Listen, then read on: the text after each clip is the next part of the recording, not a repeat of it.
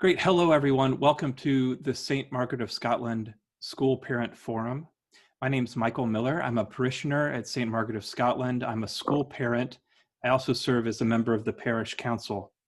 And in a moment, I'll introduce all the others that have joined me today for this forum and discuss what we're going to review together. It's our hope that in this time, we'll be able to offer some insight into decision-making processes that we've used in our Return to Learn plan, that will review some survey results and other important data to inform those plans, and that will be able to review some key questions that we've received as we've solicited questions for this forum. So to do all of that, some folks have joined me today. We have Father O'Toole, our parish pastor. We have Miss Claire Young, our principal. We have Miss Chris Burke, our assistant principal, and we have Mary Lisa Pania, who serves as our president of the school board. So thank you all for joining me today for this conversation. I'm excited about our dialogue. And before we begin that dialogue, I'd like to ask you, Father O'Toole, to lead us in a prayer. Thank you. Let's remember we are always in the holy presence of God, in the name of the Father, the Son, and the Holy Spirit. In every age, O Lord, you have been our refuge. In this, our present day, we face the anxieties of uncertainty with a pandemic and the difficulties of changing ways that have been familiar to us. God our Father, our faith is in you. As you accompanied your chosen people through the desert, show us now the path we must walk. As you delivered the Israelites from exile in Babylon, guide us back to the security of former days. As you brought your Son from death on the cross to the glory of the resurrection, see us through this scourge to our health and bring us to a new life. We thank you for the goodness of this community of St. Margaret of Scotland School and all who have worked hard to be good stewards of this ministry of Catholic education.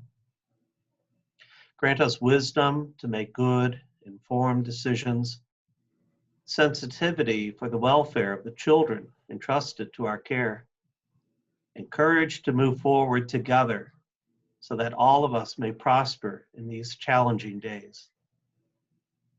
These things we humbly ask through the intercession of St. Margaret of Scotland, and in the name of your Son, Jesus Christ our Lord. Amen. Amen. Amen. Thank you kindly, Father. Now I'll ask Mrs. Young, our principal, to offer some words of welcome. Yeah. Thank you, Michael. Well, welcome, St. Margaret of Scotland families. Thank you for joining us this afternoon to learn more about our ongoing Return to Learn plan. Many of you have asked about this parent forum, and as I would love to meet with you all in person and prefer that, we all know that that is just not safe right now. So to ensure that we are always staying safe and can accommodate everyone's schedules, and also to make sure that everyone's questions are answered, we've opted for this pre-recorded format. We've received an overwhelming number of questions for this forum, and we thank you all for taking the time to fill out that form and ask your questions and have your active participation and interest in the success of St. Margaret of Scotland. So we have pulled some key themes in to this particular forum today, in this presentation. And so some of your questions will not be answered today. They will be answered in a frequently asked questions document that we will release with our COVID-specific update that comes out on Friday. And those questions that we will not answer in this presentation or in the frequently asked questions, we will reach out to you individually, because some of you asked very specific questions that are very unique to your family, your child, or your unique circumstances. But we want to make sure that everyone had the opportunity to have their questions answered. Great. So thank you for setting the stage there. And in our effort to address all questions, there's three ways. We'll be able to address some of the main themes in this conversation today. We'll have the majority of general FAQ questions released on Friday, and any specific questions we'll follow up directly with the individuals who asked them. Great. So let's look at one of the first main themes here of the questions that we got related to our decision-making process. Mrs. Young, could you give us some insight into how decisions have been made here related to our return to learn? Yes, thank you.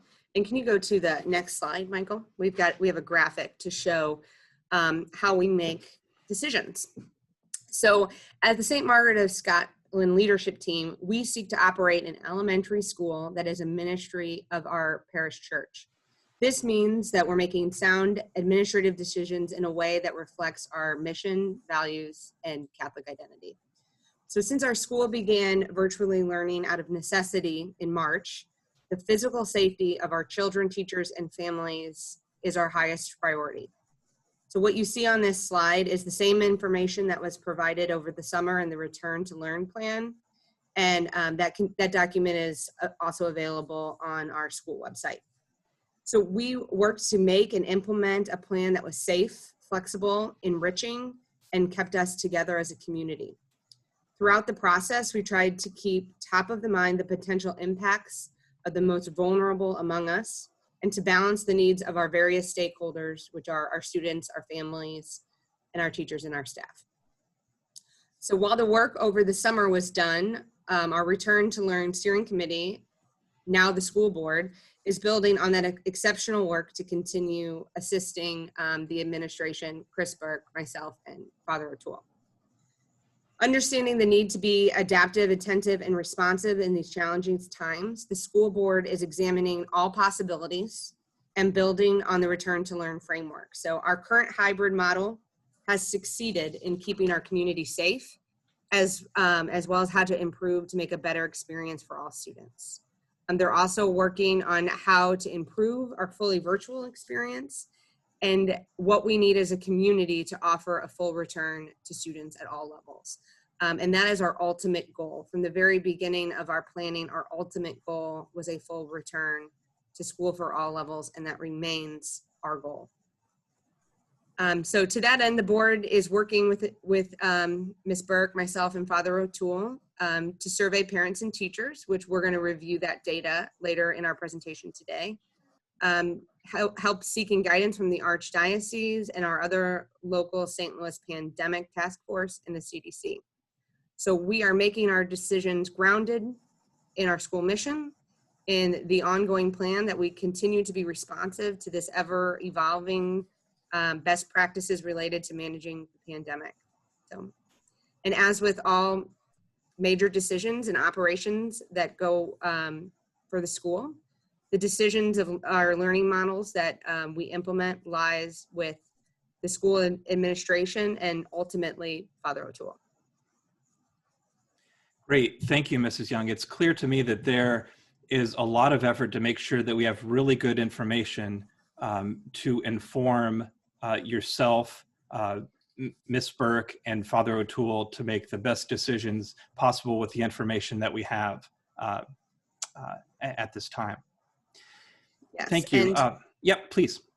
Well, and Ms. Burke and I and Father O'Toole, we are not experts in public health.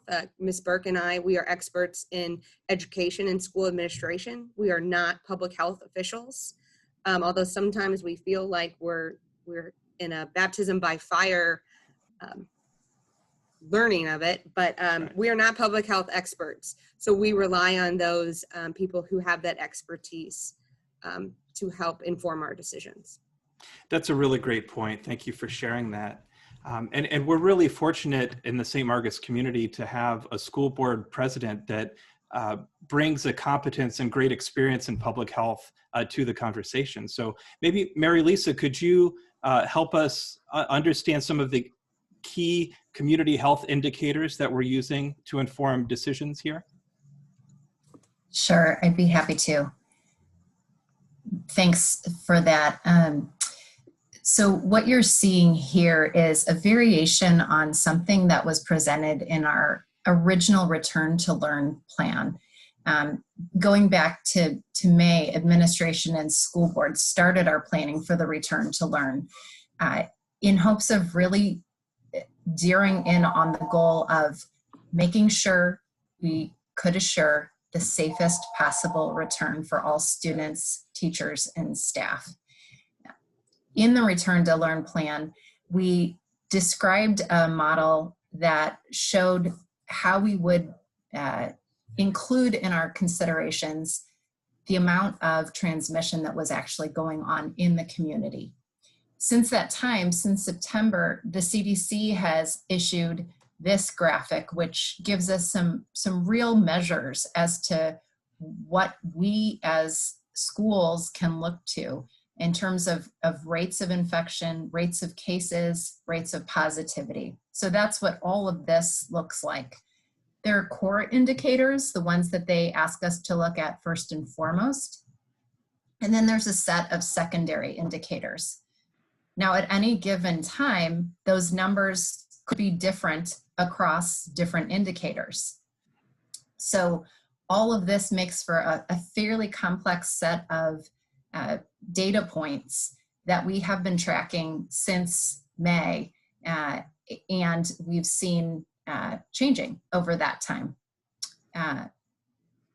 So I'll also say that the process of putting together the Return to Learn plan has included many voices. School board at this time is looking at ways to help administration improve, but many voices, including health and safety partners in our community, gave their professional experience in disaster preparedness, healthcare, chemistry, infection prevention, school planning, technology, mission and ethics, all to help us come up with that plan. And we continue to rely on our health and safety partners. Could you go to the next slide, Michael? Absolutely. Our next slide is going to give us some insight into our current situation on these indicators. So please help us understand this, Mary Lisa. Sure. So every Monday, we take a look at the numbers as they have been reported on the Missouri dashboard of the health department. The St. Louis City Health Department also reports numbers, and we receive those as well. If we look back to May of last year, of last school year, when we were employing a full virtual model, you can see that the positivity rate for tests was in that highest risk of transmission in schools category. And this is an indicator that's described by the Centers for Disease Control. The new cases per 100,000 at that time were in a moderate risk of transmission in schools. At that time, again, we were 100% virtual. When we returned to school in August, both indicators were in that moderate risk of transmission in schools. Now, recently, you are probably also aware that those numbers have been rising. These are in the city of St. Louis, and we can see that last week, the positivity rates were again in the highest risk category, and the new cases per 100,000 were climbing. Our numbers this Monday show that both of those indicators are in the highest risk of transmission in schools category.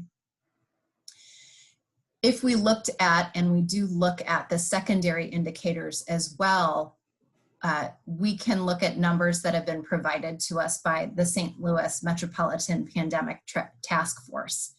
All of those numbers are also trending upward at this point and are placing us in a position where there are rising hospitalization rates, rising ICU occupancy, and the presence of even local outbreaks among schools and in local community settings.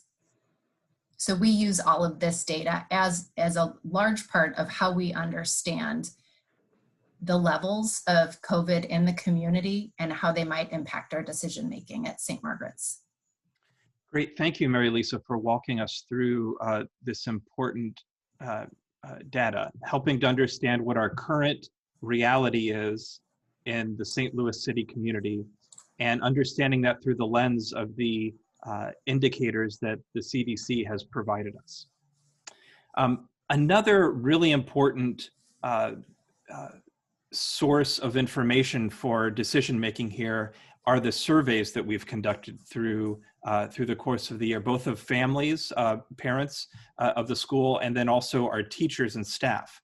So I'd like to invite next Ms. Burke to walk us through some of the detail and information around these results of the survey.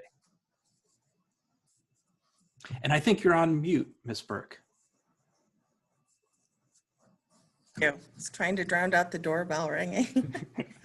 Thank you, Michael. Thank you, everyone. So we appreciate that many of you have been trying to help us by sending us links, articles, resources. I think in reading through all of those, that's what makes things so difficult, that just like you are experiencing things in your personal life, in your professional life, the health experts are also conflicted in the advice that they're giving. So due to that, we're hearing just a lot of different understandings of COVID-19. We must continue to use the data resources that the Archdiocese provides us, and in our decision making that, so we've recommended that we not change our schools based on other resources. So we just want everyone to understand that. Thank you to all of the people that filled out the survey. If you can look here at the results, it's kind of talking about our September teacher survey and then our November parent survey results on comfort level and what they agree on, what they don't. And we will be releasing more information on this later. We do not take for granted any other experts that we rely on. We rely on you, first and foremost, to tell us about your family, to tell us about your children. Please reach out to us if you have any concerns. You know best when they're struggling, and you know best when they're thriving. And you have been our partner in their education from the very beginning. Not to mention since this pandemic began way back in the spring. You've reached out to us and helped us to understand what's going on with you and your children, and we appreciate that. I want to take this opportunity just to acknowledge that there are different opinions. I think every day in my email, I get opposite opinions on different things that we've heard. Since we've made our plans in July, our goal has been to have a full and safe return to school. This is still our goal. Quite a few of our parents have reached out asking about our teachers. PTA has done an amazing job supporting the teachers and making them feel loved and appreciated. I know that the teachers say that parents reach out and send them happy messages in their email. Don't be afraid to ask other things too, though.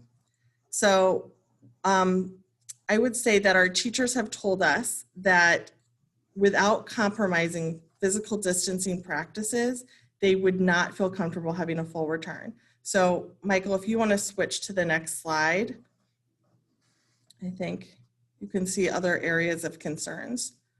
So really your best way to show your support for the teachers is to do what you've always done. Engage them directly about questions regarding your child's academic needs.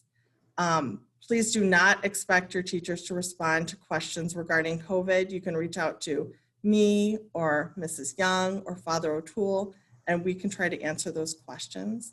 If you look at this survey with the area of concerns, we can see that the majority of all groups agree that, and they are supportive of more in-person, which we all want, but without the precautions of social distancing, we just don't feel safe at this time.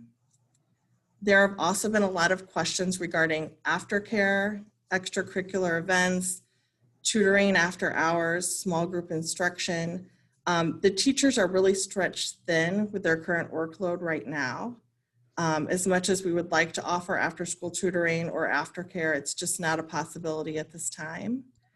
We have offered a program for second quarter where the learning consultants, and we welcomed Mrs. Donovan back from her maternity leave, are able to work with small groups of students that are struggling, and we've heard wonderful feedback on that. You can go to the next one. All right, so here we can see in the wake of first quarters, parents have had high level of confidence in SMOS administration. So this is good. And again, we will be sharing all of this information with you later. So 77% reported confidence in SMOS's ability to handle the evolving situation.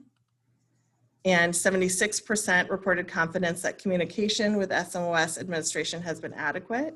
And 75% reported confidence that St. Margaret of Scotland School is responsive to their children's needs. So I think I felt really happy when I read this, knowing that you feel comfortable and confident that Mrs. Young, Father O'Toole, and I are making the right decisions for your family. Michael, we can't hear you. Apologies. So thank you for running through that high-level survey information with us. I heard a couple themes that I just want to underline. In our effort to move safely to a full return to school, we want to make sure that people feel safe in our environment of learning. And we are really making sure that we include perspectives and opinions from both families and teachers when it comes to that feeling of safety. And here is finally some information on the general confidence in the decisions our administration is making and the process being used along the way. Thank you. Any more comments on this data from anyone? No, other than we will be releasing more of the information. This is only just a snapshot of the data that was collected. So we will continue to release more of that in our COVID specific updates that come out on Fridays. Perfect. Great. Well, then at this time, I think I'd like to move on to another significant theme that we saw in the questions, kind of get into the question of, we've heard other schools are back full-time. Why isn't St. Margaret of Scotland School back full-time? And I'd love to have some dialogue on this question. So Mrs. Young, could you start that off for us?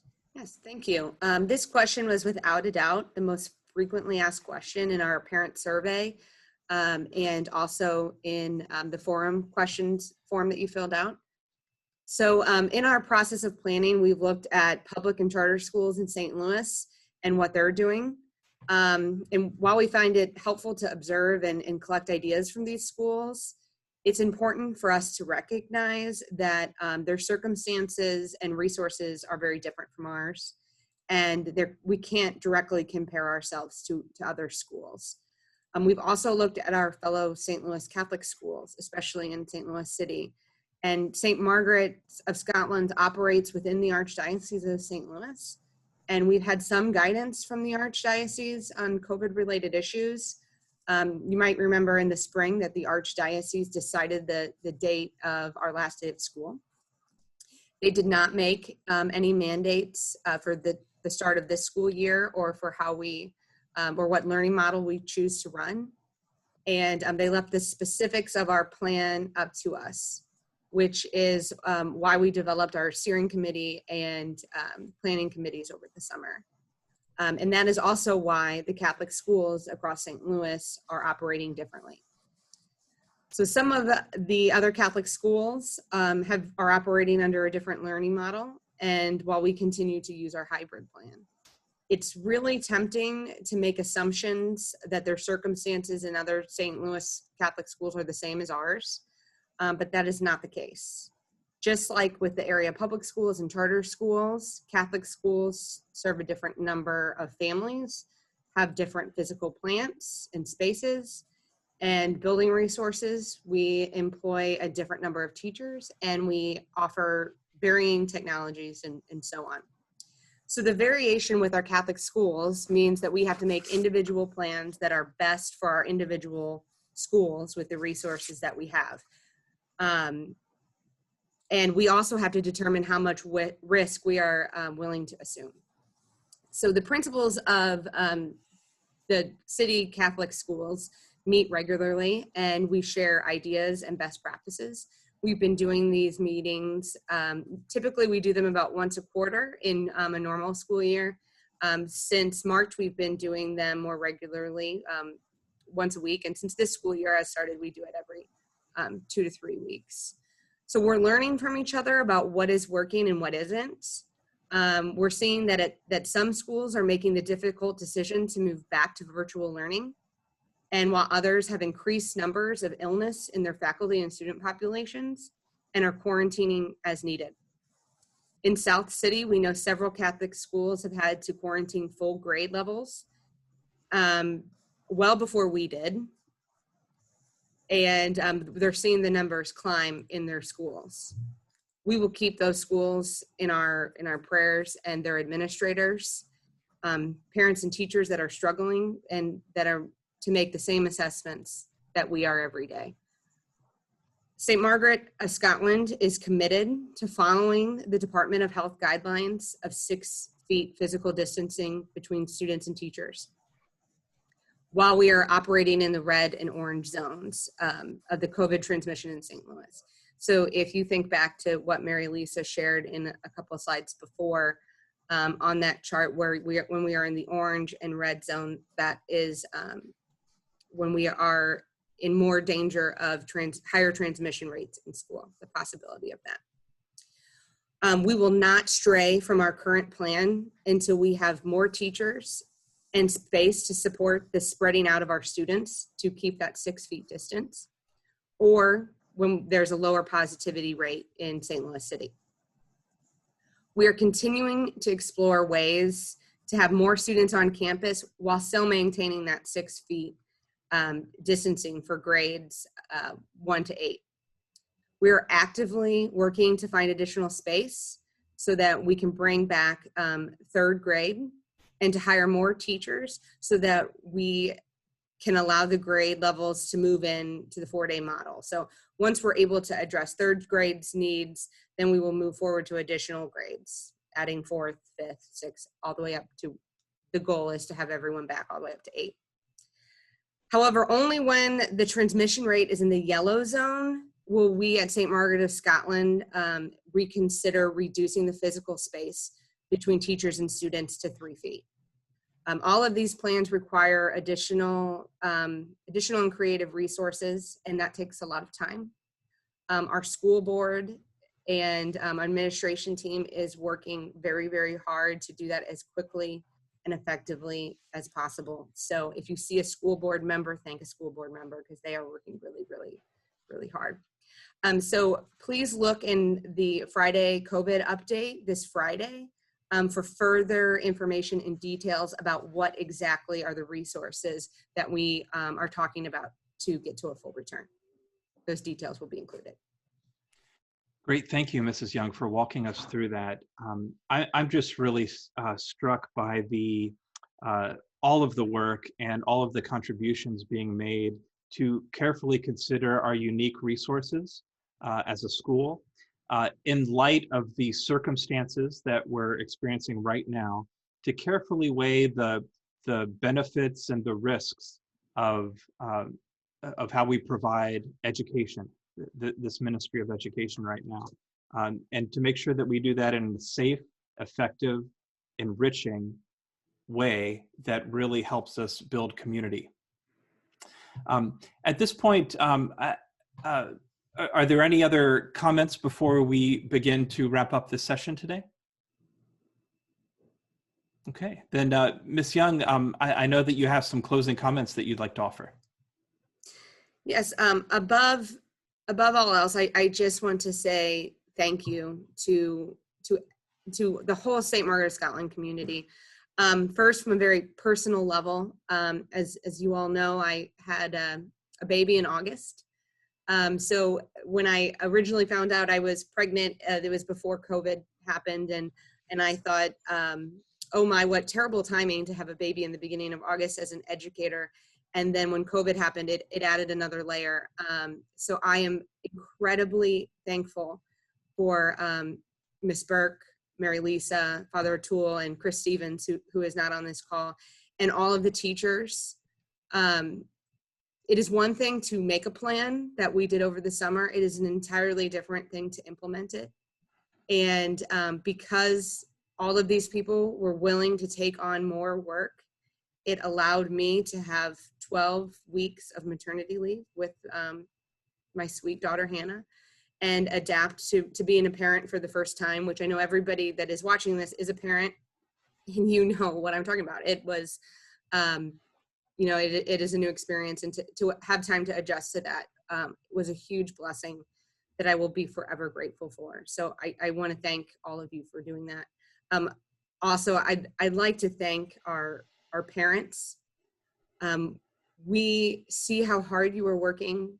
We know this is hard for you. COVID is making all of our lives harder. It makes all of our jobs harder. It makes parenting harder. And I just want to say thank you to all of you. We know that you are making sacrifices for the greater good of our community and our community's health. So I want to say thank you. And lastly, I'd like to thank our students. Our students are doing well. The thing that struck me the most when I returned last week was how happy they all look. And I know that in COVID times, there's just no way that all of us can be happy all the time. It's almost unrealistic. So I know that our students probably have good days and bad days, just like the adults, we as adults do. But they are happy and they are resilient, and it is really powerful to see that. And when we as administration and with school board have these long meetings and are working so hard to get all of our kids back, I just think of those kids and how happy they are, and it makes it all worth it, all this work that we're doing, because we're doing it for your kids. And we can all agree, if we can't agree on anything, we can agree that we all love our students at St. Margaret of Scotland, and we are all willing to do whatever it takes to make sure that they are learning and growing in their faith. So thank you to everyone. Thank you kindly, Mrs. Young. At this point, we'll conclude our forum today. Before we do so, I want to thank everybody who's contributed to this, everybody that sent in questions, everybody that's participated in the preparation of this forum today, and particularly our forum participants here, our pastor, Father O'Toole, our principal, Mrs. Claire Young, our assistant principal, Ms. Chris Burke, and our school board president, Mary Lisa Pinilla. Thank you all very much. Please look for more information coming in the next school update later this week. And I wish everybody peace, blessings, and health. Thank you.